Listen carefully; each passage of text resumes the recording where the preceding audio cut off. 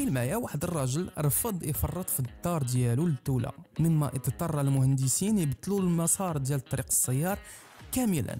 ففي بلاصه قنطره بجوج مسالك جات طل الدار عنده وهي تولي مسلك واحد. بسبب هاد الدار المسمار الطريق ما بقاتش متوازنه، ولاو عندنا مشاكل ديال السيزيومون في بلايص محددين، لا سيمتري مشات، التماثل الهندسي ضاع، ولينا صايبنا دي جوان دو ديلاتاسيون بطريقه استثنائيه، وبانوا دي شارج ومشاكل ما كانوش في الحسبان. بمعنى اخر المشروع كامل تعقد هندسيا، غير حيد دار وحده بقات في بلاصتها. تصور دابا طريق السيار دايزه قدام الدار ديالك، والصداع اللي غادي تعيش فيه 24 ساعه على 24 ساعه. اذا واش هذه مقاومه عندها معنى ولا غير عناد خاوي؟ وانت شنو كنتي دير بلاصتو، وفين ممكن توصل باش تحمي الحاجه ولا البلاصه اللي كتسميها دارك؟